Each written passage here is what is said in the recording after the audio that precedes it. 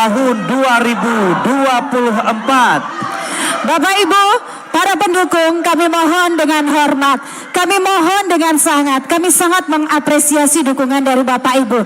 Tapi boleh kami ingatkan sejenak, kita sudah sepakat dengan peraturan yang kita bacakan tadi dari awal ya, untuk Anda tidak mengganggu jalannya debat, dan apabila pasangan calon Anda sedang berbicara di atas panggung, mohon Anda tidak berteriak atau memberikan dukungan yang berlebihan.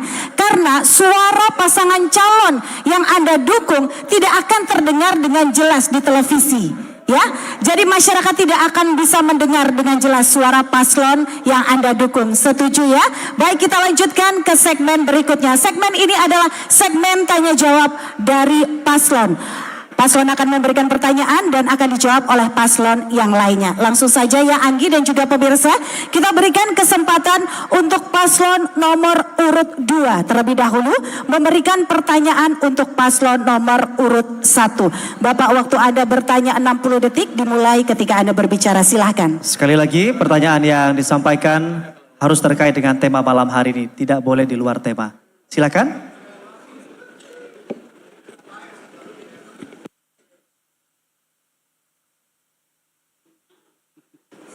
Tes. Terima kasih. Pertanyaan saya memang berkaitan dengan keuangan, investasi, dan tema besar dari pasangan 01 ini tentang daya saing. Daya saing ini bisa didekati dari dua sisi. Satu sisi makro maupun sisi mikro. Makro itu adalah ability to produce goods and services that meet standard of international market. Kalau mikronya bukan hanya memenuhi standar international market, tapi growing dan profitable.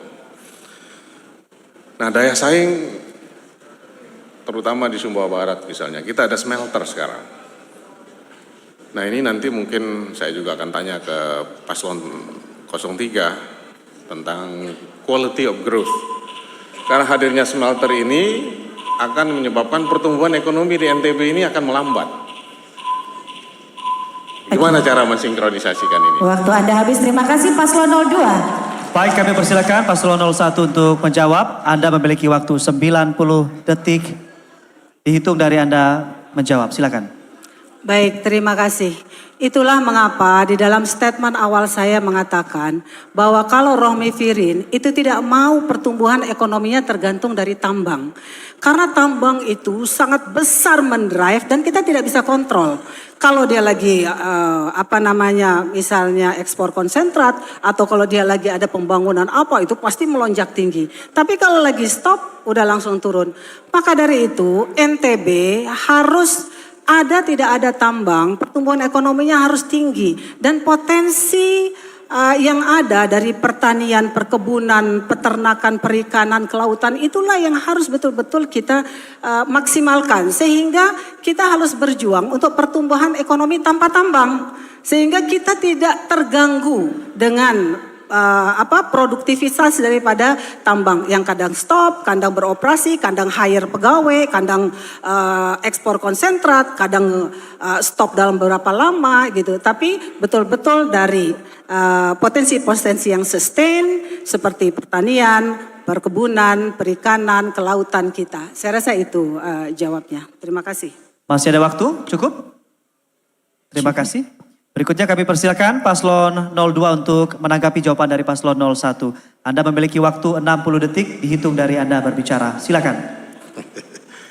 Saya kira jawabannya sangat bagus. Tapi menurut saya ini juga menjawab tadi paslon 03 yang tiba-tiba nyeletuk pertumbuhan ekonomi NTB itu rendah. Berarti nggak paham NTB sebenarnya. Jadi seperti dikatakan oleh Bu Rohmi, Mas Iqbal, pertumbuhan ekonomi entah Anda ngerti ilmunya atau tidak, di NTB itu biasa tinggi, biasa rendah. Karena kualitas pertumbuhan ekonomi kita yang jadi masalahnya. Jadi jangan terkejut ketika saya mengatakan selama COVID kita pertumbuhannya paling tinggi, memang paling tinggi. Tapi kemudian ketika ekspor tambang itu tidak ada, kita jadi paling rendah. Jadi bukan karena quality of growth yang bagus. Makanya kami tidak menepuk dada ketika pemerintah menghargai kita dengan yang pertumbuhan ekonominya paling bagus karena kualitasnya masih jelek. Kira-kira gitu. Baik, terima kasih paslon nomor urut 2. Terima kasih untuk tenang Bapak Ibu. Selanjutnya kita ke paslon nomor urut 3. Paslon nomor urut 3 kami persilahkan memberikan pertanyaan kepada paslon nomor urut 2 ya. Waktu Anda bertanya 60 detik dimulai ketika Anda berbicara, silahkan. Terima kasih. Saya kebetulan aja lihat video debatnya Bang Zul tahun 2018 lalu. Di situ Pak Zul bilang salah satunya adalah menjanjikan akan membawa investor sebanyak mungkin dari luar untuk NTB. Saya mau tanya, sejauh ini berapa banyak sih investasi dari luar yang sudah berhasil dibawa? Dan apa investasi besar dari luar di luar tambang yang sudah berhasil dibawa? Makasih. Masih ada waktu? Cukup? Cukup, baik. Mohon tenang Bapak Ibu. Kami persilakan paslon 02 untuk menjawab pertanyaan. Waktu Anda 90 detik ketika Anda berbicara. Silakan. Memang salah satu yang kami janjikan adalah menciptakan NTB yang sangat kondusif atau friendly to business community, friendly to investment. Tapi jangan lupa Mas Iqbal, kita itu ada COVID 2,5 tahun. Kalau COVID itu orang nggak bisa terbang, nggak tahu dari Turki ada pesawat nggak waktu itu. 2,5 tahun orang, jangankan untuk investasi ke masjid saja dilarang. Tetapi walaupun begitu, NTB termasuk mampu menghadirkan investasi di atas rata-rata nasional. Jadi mungkin kita kan biasa ada plan A, plan B. Nah nggak fair juga, karena banyak satu hal yang tidak kita prediksi semula seperti hadirnya COVID itu. Nah ketika COVID itu mobilitas barang, mobilitas manusia, mobilitas macam-macam itu jadi terhambat. Nah oleh karena itu investor di luar tambang banyak sekarang. Dan mungkin kalau kita lihat ke Kepala Dinas Penanaman Modal kita setiap tahun dapat penghargaan karena mampu menciptakan iklim investasi yang bersahabat di Nusa Tenggara Barat ini. Cukup Bapak? Oke, terima kasih paslon 02. Ya, kita lanjutkan ya Bapak Ibu. Selanjutnya kita berikan kesempatan. Paslon 03, kami persilakan untuk menanggapi jawaban 02. Anda memiliki waktu 60 detik akan dihitung dari Anda berbicara. Silakan. Sebenarnya ada dua problem yang selalu muncul di Pemda Pak Zul.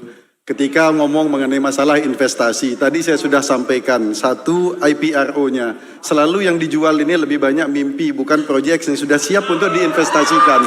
Padahal investor-investor itu akan men-screening gitu loh, mana investasi yang memang sudah siap untuk diinvestasikan, bukan sekedar cerita mengenai mau buat sesuatu gitu loh.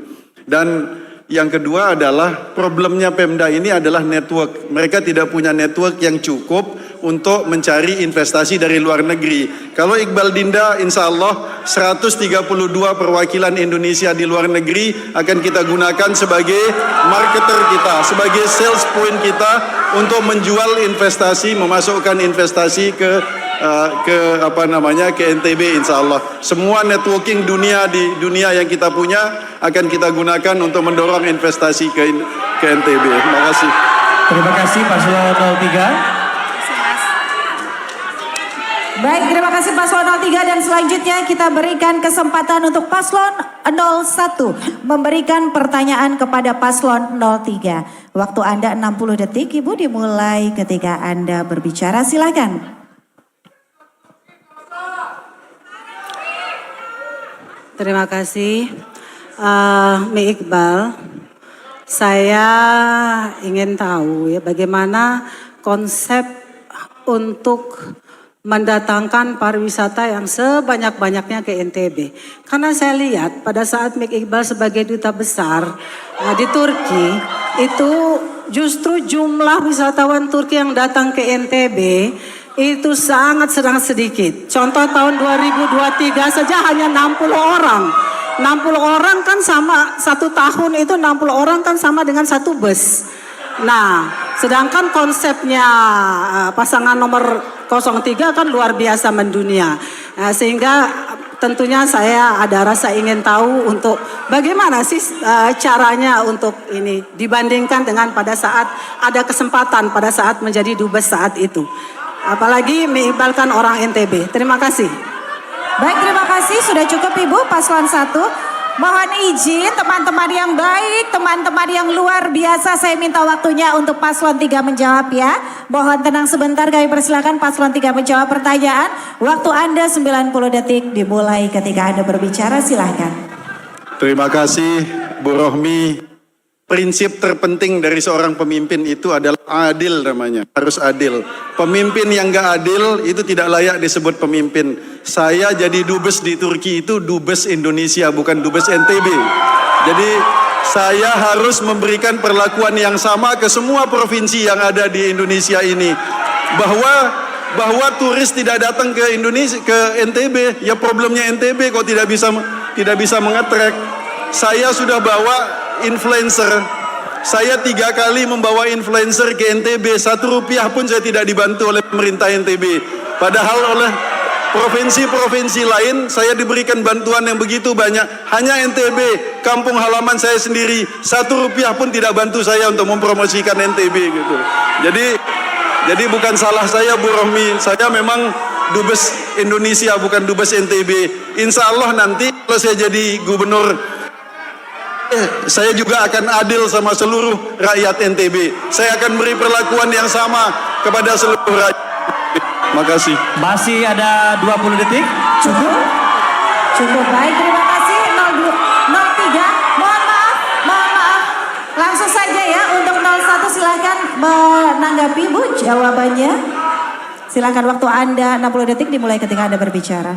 Baik, saya rasa tidak pas ya kata adil itu. Karena begini, bukan masalah ininya ya, tapi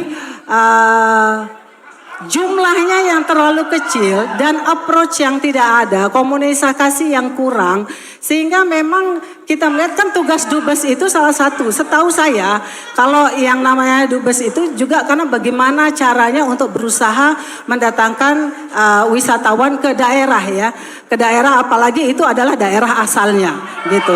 Nah sehingga saya men-stretching itu saja, mungkin di tempat lain mungkin ini, tapi paling tidak approach dan lain-lainnya itu harusnya lebih baik sehingga jumlahnya jangan sampai 1 bus dong dalam 1 tahun. Terima kasih. Baik, masih ada waktu. Paslon 01.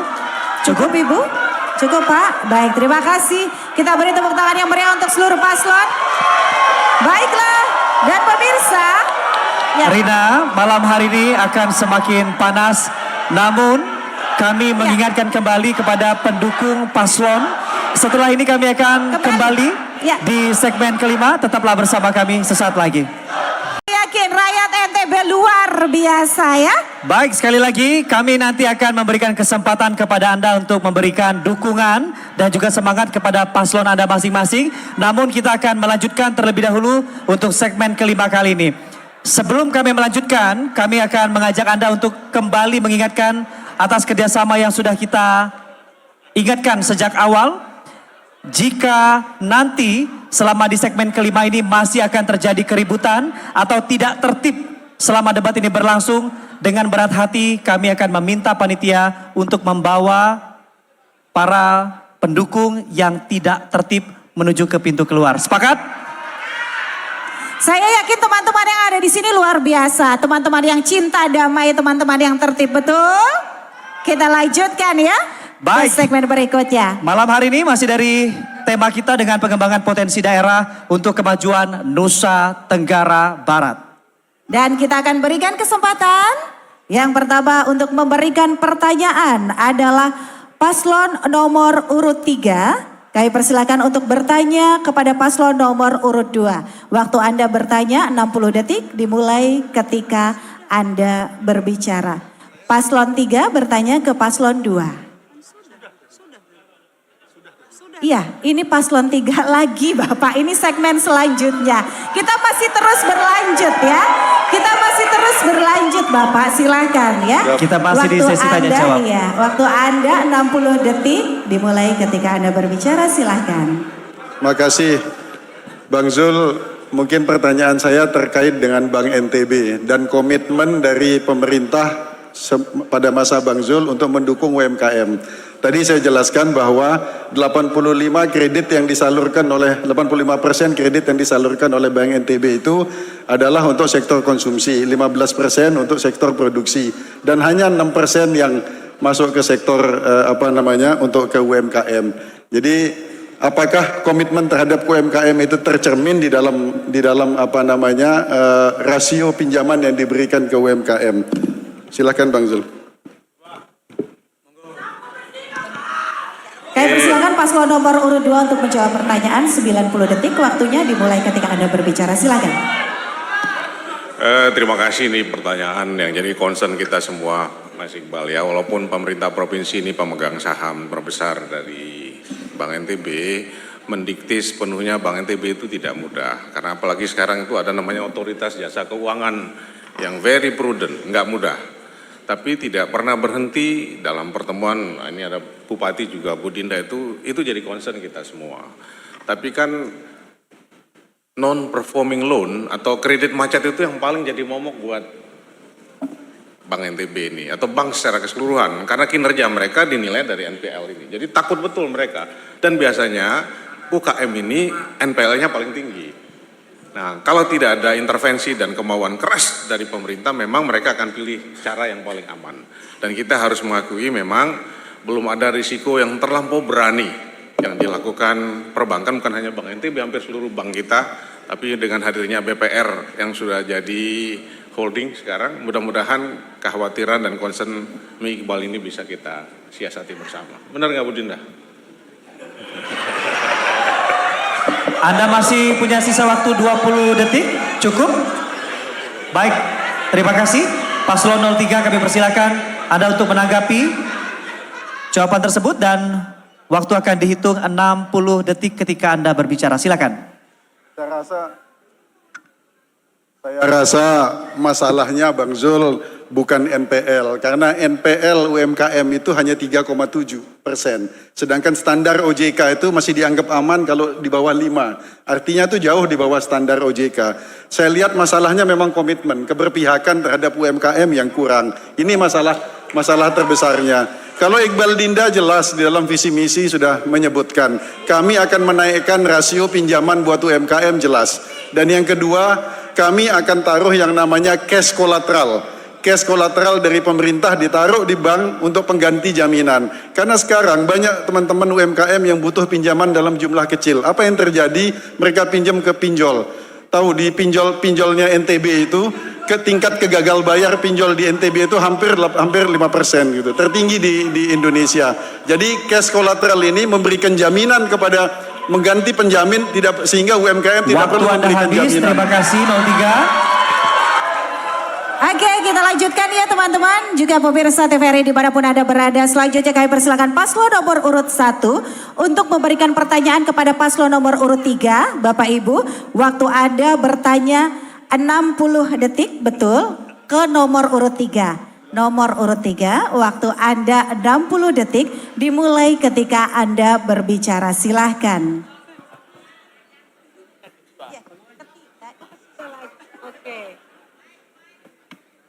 Baik, terima kasih.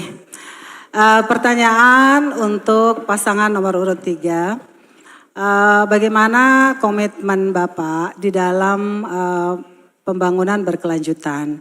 Karena saya lihat ada beberapa statement Bapak yang mengkritisi provinsi yang mengeksekusi program NTB bersih atau zero waste ya.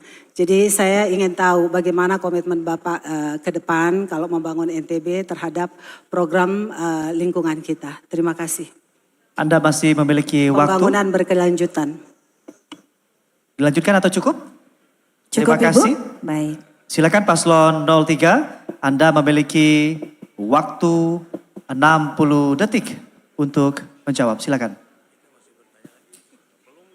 90 detik. Baik, kami ulangi. Anda memiliki 90 waktu detik. 90 detik. Akan dihitung dari Anda menjawab. Silakan. Kenapa saya mengkritisi program Zero Waste itu, Bu Rahmi? Karena fakta menunjukkan bahwa kalau penanganan sampah ini kan ada dua, 70% penanganan, 30% itu pengurangan gitu. Dari 70% target itu, dulu Ibu hanya mencapai 40%, sementara yang 30% Ibu hanya mencapai 10%. Jadi jauh panggang dari api, itu problemnya. Kemudian yang kedua, saya merasa bahwa zero waste yang Ibu lakukan sekarang ini penanganannya masih parsial gitu. Padahal kita harus dari hulu sampai ke hilir. Banyak berbenturan dengan kewenangan yang ada di kabupaten kota, dan salah satu problemnya adalah koordinasi dengan kabupaten kota masih lemah. Itulah sebabnya kami di Iqbal Dinda memasukkan bahwa penguatan koordinasi dengan kabupaten kota itu sangat esensial, dan itu yang akan kami lakukan. Karena itu nanti kami akan buat kantor penghubung di setiap kabupaten kota untuk mengkoordinasikan program-program yang ada cross-cutting isunya antara provinsi dengan kabupaten kota. Makasih Ibu. Masih ada waktu? Cukup? Atau ditambahkan? Silakan. Baik, terima kasih. Dan bagi pasangan Iqbal Dinda, kami tidak mengenal program yang dicanangkan oleh pemerintah sebelumnya. Tetapi bagi kami, bila itu untuk kebaikan dan kepentingan masyarakat NTB dan dirasakan perlu, maka kami berkomitmen melanjutkan semua hal baik bagi NTB yang kita cintai bersama. Terima kasih. Baik, terima kasih, waktu Anda habis. Hadirin tetap tenang. Ya, selanjutnya kita berikan kesempatan 01 untuk menanggapi. Ibu, waktu Anda 60 detik dimulai ketika Anda berbicara. Silakan. Baik, terima kasih. Memang susah kalau kita menilai sesuatu hanya dari kelihatannya. Sebenarnya kita harus menilai secara kuantitatif maupun kualitatif. Kalau kita berbicara pengurangan sampah NTB, bayangkan dari 2018 sampai 2023 itu dari 20% sampai di atas 50%. Itu pengurangan sampahnya ya, pengelolaannya ya, dan pengelolaannya sampai 65%. Untuk pengurangannya itu sampai 45%. Pengelolaannya sampai 45%. Untuk pengurangannya itu di atas 10%. Yang awalnya cuma 1,5%. Dan kalau kita melihat angka IKLH NTB pada saat kita mengeksekusi program tersebut, itu IKLH NTB itu naik dengan tajam, bahkan di atas daripada target nasional untuk NTB, karena kita fokus kepada permasalahan lingkungan. Begitu juga kalau kita lihat bank sampah kita, dan harus diketahui Waktu Anda habis Ibu, mohon izin. Terima kasih. Terima kasih Ibu.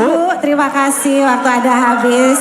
Terima kasih banyak Paslon 01. Baik, debat kami lanjutkan. Kami persilakan Paslon 02 untuk bertanya kepada Paslon 01. Anda memiliki waktu 60 detik untuk bertanya. Silakan. Dari 2 ke 1, betul? Mohon tenang, kita masih melanjutkan debat. 60 detik dihitung dari Anda berbicara. Silakan. Tadinya saya mau mempersilakan Abah Uhel untuk bertanya, tapi kata Abah Uhel takut nanti suruh dukung nomor 1 katanya.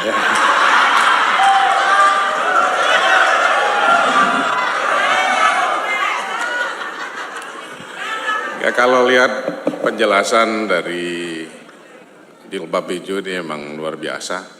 Tapi, nah ini yang menarik nih tentang kesehatan mungkin. Bagaimana kira-kira NTB ini Bu Hajah mempersiapkan tenaga medis supaya kita misalnya punya lebih banyak dokter. Apalagi ada keinginan Bu Hajah ini bikin fakultas kedokteran segala macam. Gimana Bu Hajah melihat ke depan? Saya tanyanya gampang-gampang aja. Kalau ke nomor 1. Anda masih memiliki waktu cukup. Terima kasih. Harap tenang. Ya, 01 silakan menjawab, waktu Anda 90 detik dimulai ketika Anda berbicara. Silakan. Terima kasih. Pertanyaan tadi memperbanyak dokter. Ya pasti disekolahkan lah. Ya, jadi mendorong untuk anak-anak NTB sekolah kedokteran. untuk bagaimana juga kita memperbanyak fakultas kedokteran sehingga sumber daya manusia yang ada di NTB khususnya untuk kedokteran itu meningkat dengan pesat. Bahkan kita ingin ke depan satu desa itu satu dokter. Karena terus terang kalau dari standar WHO kita masih jauh dari standar.